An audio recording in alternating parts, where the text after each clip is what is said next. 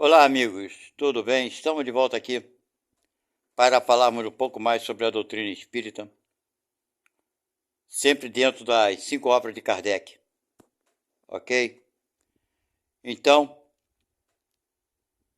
para aqueles que não conhecem o livro Dos Espíritos e que têm a curiosidade de conhecer seu conteúdo, nós decidimos fazer a leitura desse livro em parte. Vamos ver se conseguimos, todos os dias, ler um pequeno trecho daquilo que está escrito aqui, para que possamos entender um pouco mais a doutrina espírita. Eu queria agradecer a quem está assistindo o canal pela primeira vez. Se puderem e gostarem, se inscrevam. É de graça, não custa nada. Dá o like de gostei. E aproveitar para falar para vocês também que não tem só nesse canal informações da doutrina espírita. Não. Tem algumas informações interessantes, algumas coisas que podemos usar no nosso dia a dia, algumas coisas práticas, alguns consertos de carro também. Enfim, é bem variado. Esse canal tem uma variação boa de assuntos. Mas aqui procuramos não falar de política. É o único assunto que não vão encontrar aqui. Ok? Mas vamos ao que interessa. O livro dos Espíritos, para aqueles que não o conhecem, a pessoa, a primeiro momento, quando ouve falar desse livro, desse título, principalmente, pensa que é alguma coisa absurda, de alguns acontecimentos fantásticos e tudo mais. Porém, não é isso. Está aqui na nossa frente, vocês estão vendo, tem algumas anotações aqui minhas.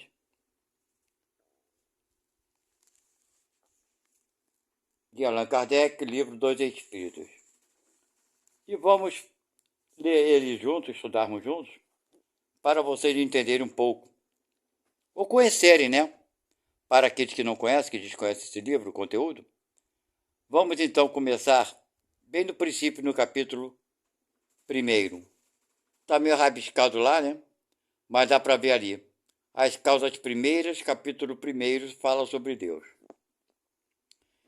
E vem dizendo Deus e o infinito, provas da existência de Deus, atributos da divindade e panteísmo. São os assuntos desse capítulo número 1. Então vamos lá. Vocês vão ver que é livro dos Espíritos, conforme eu falei, porque Kardec, basicamente nesse livro, ele está focado em só fazer perguntas aos espíritos. Por isso o livro dos Espíritos. Então as perguntas, esse livro é composto de perguntas e respostas. Ok? Então Kardec começa perguntando ao espírito. Vocês já viram lá em cima o número 1. E ele pergunta, o que é Deus, né? Que é Deus? Ele nem fala o que, ele pergunta, que é Deus? O que significa isso, Deus? Né? O espírito responde, Deus é a inteligência suprema, causa primeira de todas as coisas. Aí ele pergunta, número 2, que se deve entender por infinito? Resposta, o que não tem começo e nem fim. O desconhecido. Tudo que é desconhecido é infinito. Pergunta-se, poder-se-ia dizer que Deus é o infinito? Resposta, definição incompleta. Pobreza da linguagem dos homens, que é insuficiente para definir as coisas que estão acima da sua inteligência. Deus é infinito em suas perfeições, mas o infinito é uma abstração. Dizer que Deus é o infinito é tomar o atributo pela própria coisa. É definir uma coisa que não é conhecida por uma outra coisa que também não o é. Então, meus irmãos, vamos parar aqui, né? Quer dizer, quer definir como Deus sendo infinito, ninguém conhece o que é o infinito. Infinito é uma coisa que não se conhece, é uma coisa abstrata. Então, como é que a gente vai definir Deus sendo abstrato se a gente também nem conhece Deus? Né? Não podemos dizer que ele é o infinito. Deu para a gente entender isso? Então, vamos lá. Provas da existência de Deus. Aí ele pergunta: onde se pode encontrar a prova da existência de Deus? Resposta: num axioma que aplicais às vossas ciências. Não há efeito sem causa. Procurai a causa de tudo, o que não é obra do homem, e vossa razão vos responderá. Para crer em Deus, basta lançar os olhos sobre as obras da criação. O universo existe. Ele tem, pois, uma causa. Duvidar da existência de Deus seria negar que todo efeito tem uma causa e adiantar que o nada pode fazer alguma coisa. Vocês entenderam? Quer dizer, o nada não pode criar nada. Né? Todo efeito, né, tem uma causa, lógico. Se você ouve um barulho é porque alguém está batendo alguma coisa em algo, não é verdade? Então, o barulho é a causa, é o efeito. E o bater em algum objeto é a causa. Deu para entender isso? O que é uma causa e o que é um efeito? É bem simples. Vamos lá, número 5. Que consequência se pode tirar do ensinamento intuitivo que todos os homens carregam em si mesmos da existência de Deus? Resposta: que Deus existe. Por quê? De onde lhe viria esse sentimento? Se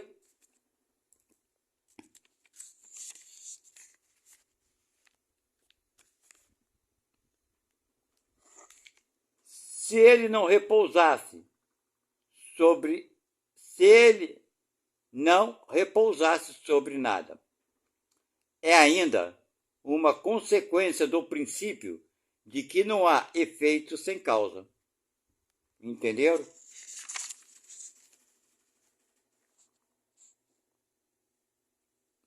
A pergunta eu vou repetir. Que consequência se pode tirar do sentimento intuitivo de todos os homens carregarem em si mesmos da existência de Deus? Quer dizer, tem sempre o sentimento intuitivo. Aí ele responde que Deus existe. Porque de onde ele viria esse sentimento se esse sentimento repousasse no nada? Não viria de lugar nenhum. Não é verdade? É ainda a consequência do princípio de que não há efeito sem causa. Que a gente é o efeito da causa primária, que é Deus. Entenderam isso, meus irmãos? Vamos lá. O sentimento íntimo que temos em nós mesmos da existência de Deus não seria o fato da educação e o produto de ideias adquiridas? Vocês estão vendo como é importante? Porque muitos podem até pensar e acreditar que foi a educação, né? A escola, os pais, né? Os antigos, a Bíblia, o Evangelho e tudo por aí vai.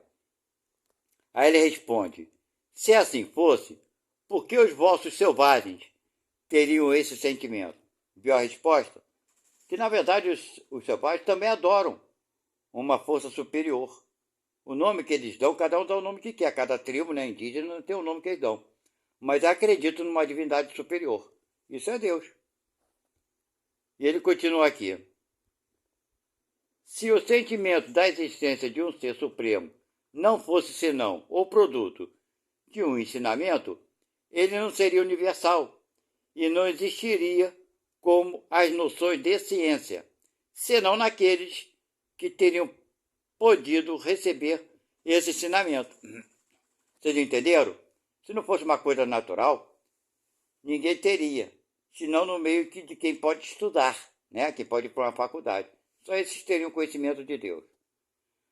Entenderiam o que seria Deus, se fosse uma coisa estudada. Porém, não é isso, é uma intuição que nós temos dentro da gente. E ele continua: poder-se encontrar a causa primeira da formação das coisas nas propriedades íntimas da matéria? Olha que resposta, que pergunta interessante, né? Aí ele responde: Mas então, qual seria a causa dessas propriedades? É preciso sempre uma causa primeira. Atribuir a formação primeira das coisas às propriedades íntimas da matéria seria tomar o efeito pela causa, tá? Porque essas propriedades são elas mesmas um efeito que deve ter uma causa.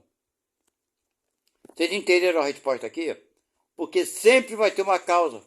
Mesmo que as propriedades o homem chegue a descobrir, né, as propriedades menores, íntimas da matéria, vai ter sempre uma coisa anterior. Quem criou aquelas propriedades? E quando chegar em quem criou, de que forma que ela foi criada, vai ter outra pergunta. Quem formou essa outra forma? E por aí vai.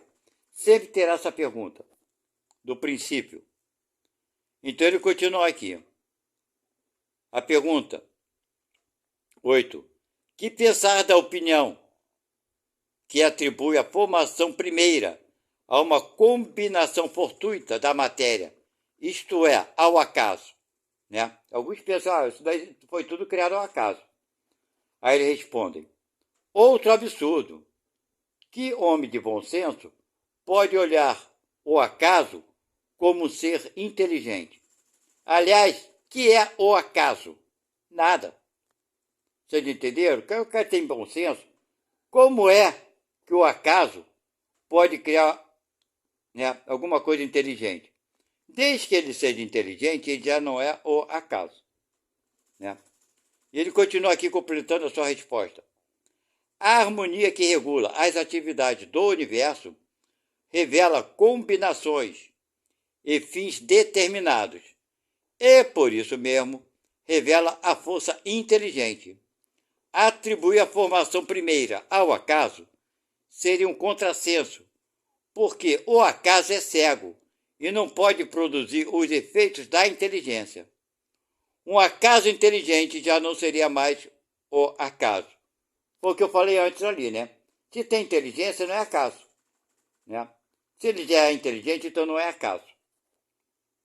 Número 9. Onde se vê a causa primeira? Uma inteligência suprema, esse superior a todas as inteligências. Ele quer saber onde se vê, né? A causa primeira. Como é que pode ver uma inteligência suprema superior a todas as outras inteligências? A resposta é a seguinte. Tendes um provérbio que diz, pela obra se reconhece o autor. Pois bem, olhai a obra e procurai o autor. É o orgulho que engendra a incredulidade. O homem orgulhoso não vê nada acima dele, e é por isso que ele se chama de espírito forte. Pobre ser, que um sopro de Deus pode abater. Julga-se o poder de uma inteligência pelas suas obras. Nenhum ser humano, não podendo criar o que produz a natureza, a causa primeira, pois, é uma inteligência superior à humanidade. Claro, se o homem não pode produzir o que foi produzido pelo universo, o que existe, né? Então nós somos, claro, inferiores a essa inteligência que é superior a todos nós. É bem claro. E ele continua aqui. Quaisquer que sejam os prodígios realizados pela inteligência humana, essa inteligência tem ela mesma uma causa. E quanto mais o que ela realiza é grande, mais a causa primeira deve ser grande. Esta inteligência é a causa primeira de todas as coisas, qualquer que seja o nome sob o qual o homem a designe. Né? Eu botei aqui Deus. Então, meus amigos, nós estamos vendo aqui, né, que o acaso não existe. Na verdade, a criação, o acaso não pode criar. Desde que ele cria, já deixa de ser acaso, né, para ter inteligência. O nada também não existe. O nada não cria. Como é que o nada pode criar alguma coisa? Vamos supor que o universo nasceu do nada. Espera aí. Vou dar um exemplo bem básico. Tu pega um prato de comida e enche o prato cheio de sopa. O prato tem sopa ali dentro, ok? Então você pega o prato, esvazia ele, joga a sopa fora e deixa ali. vocês vão ver, por acaso, o prato se encher de sopa sozinho?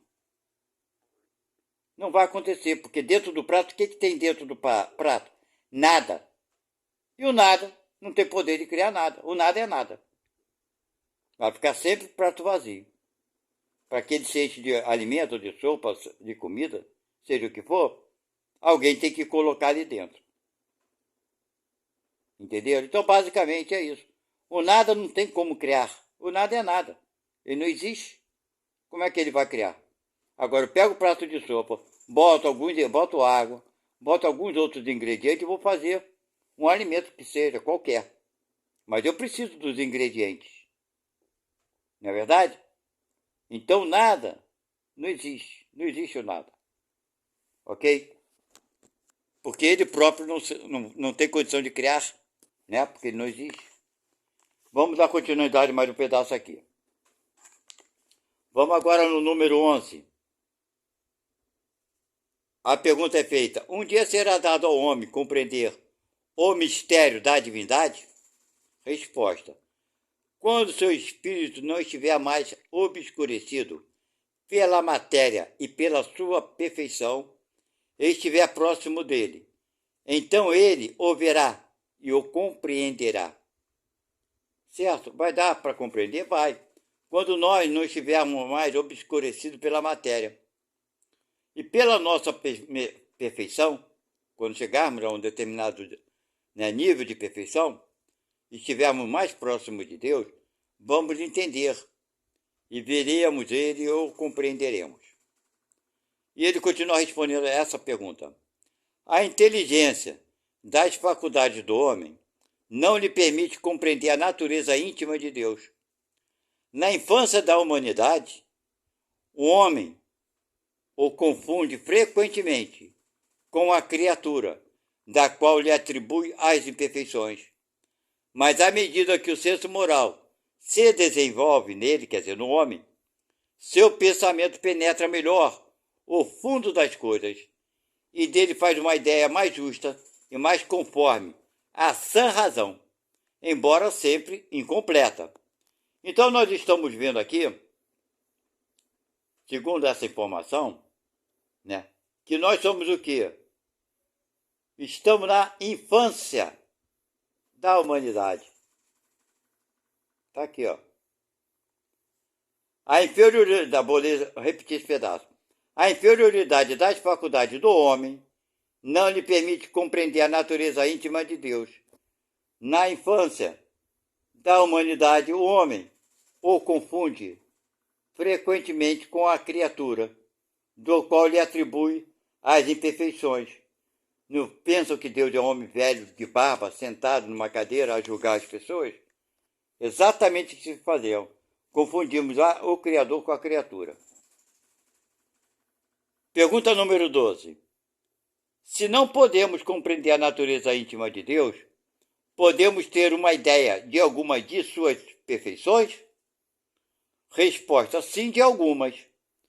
O homem as compreende melhor à medida que se eleva acima da matéria. Ele as entrevê pelo pensamento. Né? Temos uma ideia das perfeições de Deus. Entrever pelo pensamento, conforme a gente vai crescendo moralmente, nos elevando acima da matéria. Número 13.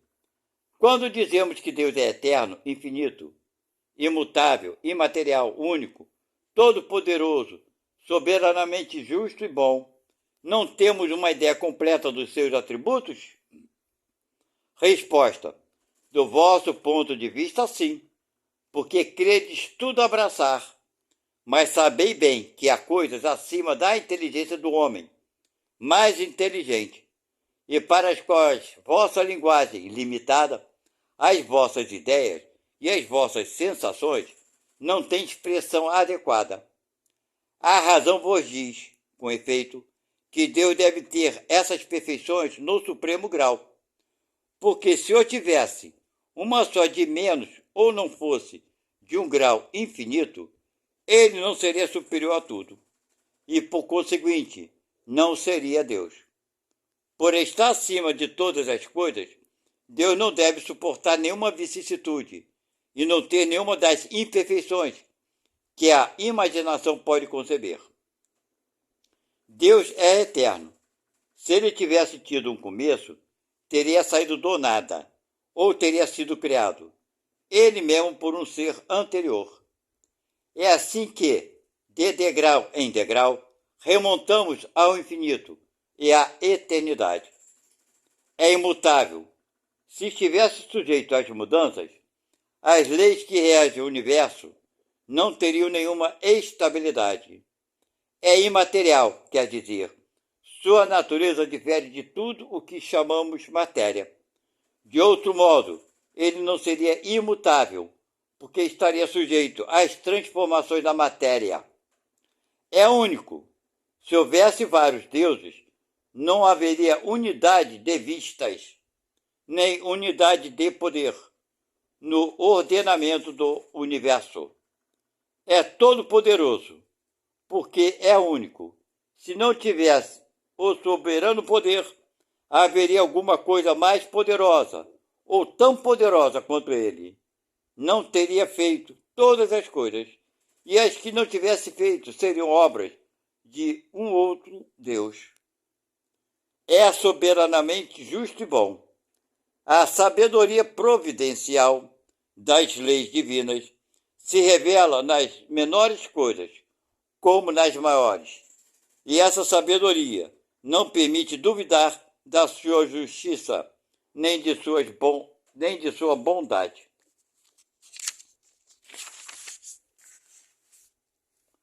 Número 14. Deus é um ser distinto ou seria, segundo a opinião de alguns, o resultado de todas as forças e de todas as inteligências do universo reunidas? Quer dizer, isso daqui é a ideia do panteísmo. Vocês estão vendo lá escrito? Panteísmo. Então, quem tem essa ideia do panteísmo acredita que Deus é a união de todas as forças que existem no universo e de todas as inteligências. Isso aí formaria Deus, tá? Aí eles respondem. Essa ideia é a ideia do panteísmo, tá? Ele responde: se ou for assim, Deus não seria, porque seria o efeito e não a causa. Ele não pode ser ao mesmo tempo uma e outra, né? Ele não pode ser ao mesmo tempo um e outro. Como é que ele pode ser efeito e a causa? Por exemplo, tu bate, é a causa, fez o barulho é efeito. Como é que você pode ser duas coisas ao mesmo tempo? Efeito e causa. Não é verdade? Porque a reunião das inteligências é um efeito de uma causa primária que está lá atrás. E ele continua a sua explicação aqui. Deus existe, não podeis duvidar, é o essencial. Crede-me, não vades além. Não vos percais no labirinto de onde não podereis sair. Isso não vos tornaria melhores, mas talvez um pouco mais orgulhosos, porque acreditaria saber o que na realidade nada saberíeis. Deixai, pois, de lado todos esses sistemas. Tendes muitas coisas que vos tocam mais diretamente, a começar por vós mesmos. Estudai as vossas próprias imperfeições, a fim de vos desembaraçar delas. Isto vos será mais útil do que querer penetrar o que é impenetrável. Então vocês estão vendo, meus irmãos? O que ele finaliza aqui é igual aquela anteriormente ele falou ali. Sempre vai ter uma causa primária. Vai ficar procurando e não vai chegar a lugar nenhum. Vamos nos preocupar com as coisas que nos tocam mais, as nossas necessidades, né? De melhorar nós mesmos, de nos compreendermos, de aperfeiçoar aquilo que podemos aperfeiçoar em nós. E vamos ao número 15. Que pensar da opinião segundo a qual todos os corpos da natureza, todos os seres, todos os globos do universo seriam parte da divindade e constituiriam, pelo seu conjunto, a própria divindade, ou seja, da doutrina panteísta. Né? Ainda assim, dentro da doutrina panteísta, tudo fazia parte de um Deus. Deus é o conjunto de todas essas coisas. A resposta: O homem não podendo se fazer Deus, quer ao menos ser uma parte dele. Quer dizer, já que a gente não pode ser Deus, o homem, quer pelo menos dizer que faz parte de Deus. Estou lá dentro de Deus em algum lugarzinho. Não é verdade? Vamos lá, número 16. Aqueles que professam esta doutrina pretendem nela encontrar a demonstração de alguns atributos de Deus. Os mundos sendo infinitos, Deus é por isso mesmo infinito. O vazio ou nada, não estando em nenhuma parte, Deus está por toda parte. Deus estando por toda parte, uma vez que tudo é parte integrante de Deus, ele dá a todos os fenômenos da natureza uma razão de ser inteligente, que se pode opor a esse raciocínio. Entenderam? Quer dizer, o panteísta quer botar como tudo fazendo parte de Deus. Já que é infinito, tudo faz parte de Deus. Como é que pode se opor a esse raciocínio? E ele explica, então, vamos lá. A razão explica que deve se opor. Por quê? Pense, ou seja, reflete naturalmente, e não vos será difícil reconhecer o absurdo. Essa doutrina faz de Deus um ser material, que, embora dotado de uma inteligência suprema, seria em grande o que somos em pequeno. Ora, a matéria se transformando sem cessar, se ou fosse assim, Deus não teria nenhuma estabilidade, e estaria sujeito a todas as vicissitudes, a todas as necessidades, mesmo da humanidade. Faltar-lhe-ia um dos atributos essenciais da divindade, a imutabilidade. As propriedades da matéria não podem se aliar à ideia de Deus, sem o rebaixar em nosso pensamento, e todas as sutilezas do sofisma não chegariam para resolver o problema da sua natureza íntima. Não sabemos tudo o que ele é, né, o que Deus é, mas sabemos que ele não pode deixar de ser. E esse sistema está em contradição com as suas propriedades mais essenciais. Ele confunde o Criador com a criatura, absolutamente, como se quisesse que uma máquina engenhosa fosse uma parte integrante do mecânico que a construiu. A inteligência de Deus se revela em suas obras, como a de um pintor em seu quadro. Mas as obras de Deus não são mais o próprio Deus, como o quadro, que também não é o pintor que o concebeu e executou. Então, meus amigos, ter essa ideia que tudo, né, matéria, tudo isso seria o Deus, nós, tudo. Então Deus deixaria de ser o quê? Imaterial. Estaria sujeito a mudanças, porque a matéria, né, ela tem transformações. Isso todo mundo sabe, a ciência já sabe, né? Então é impossível que Deus venha a ser, né, o conjunto de todas as coisas. Bem, meus irmãos, vamos parar por aqui. Terminamos o capítulo 1. Esse capítulo é um capítulo bem pequeno. Na próxima vez que voltarmos aqui, para darmos continuidade, será o capítulo 2. Cujo título é Elementos Gerais do Universo. Ok? Então aguardo vocês ansiosamente para o estudo do segundo capítulo do livro dos Espíritos. Vocês estão vendo que são perguntas feitas aos Espíritos, com as suas respostas. Esse é o conteúdo de todo o livro. No início aqui no capítulo 2, começa com pergunta também. É dado ao homem conhecer o princípio das coisas? Minha resposta nós veremos no próximo capítulo. Aguardem. Até a próxima. Fiquem com Deus. Não se esqueçam de se inscrever e dar um like. Um abraço forte no coração de todos. Fiquem com Deus. Fui.